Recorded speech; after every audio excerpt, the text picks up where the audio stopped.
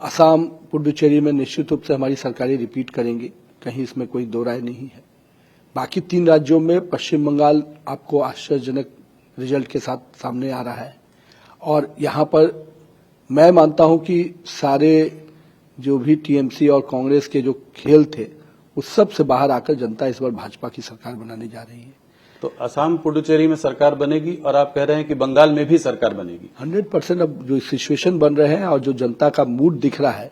पश्चिम बंगाल में भारतीय जनता पार्टी की सरकार बनने जा रही है। तो पिछली बार भी माहौल 2021 में भी था कि भारतीय जनता पार्टी की सरकार बनने वाली है। इस बार 2021 से क्या अलग है?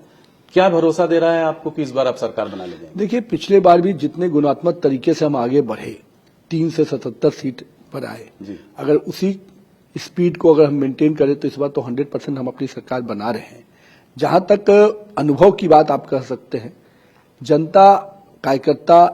का एक जो माइंडसेट दिखता है और आम आदमी का जो रिस्पांस दिख रहा है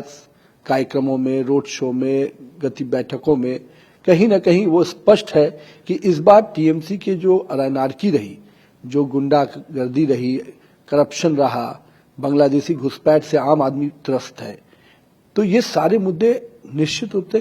टीएमसी के पूरे अगेंस्ट जा रहे हैं और भारतीय जनता पार्टी इन मुद्दों की लड़ाई लड़ी है, तो निश्चित रूप से अग्रणी रूप से हम इसमें आगे बढ़ेंगे। तो टीएमसी का मानना यह है कि भारतीय जनता पार्टी सिर्फ 150-160 सीटों पर चुनाव लड़ रही है, क्योंकि बाकी 90 से ज्यादा सीटों पर माइनॉरिटी जो है प्रबल है, उसका जो है वोट शेयर 40-50% से ज्यादा है, तो वहां जीतने की कोई चांस नहीं है। तो इस बार आप हिंदू वोट कंसोलिडेशन देख रहे हैं, इस लेवल पर देख रहे हैं कि आपको बहुमत मिल जाएगी? देखिए, हम तो 294 सीट पे चुनाव लड़ रहे हैं जी,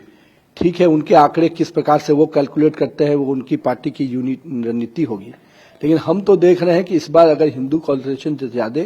पश्चिम बंगाल की जनता बांग्लादेशी घुसपैठ के विरोध में है और उसमें चाहे हिंदू कॉन्सेंट्रेशन कहिए या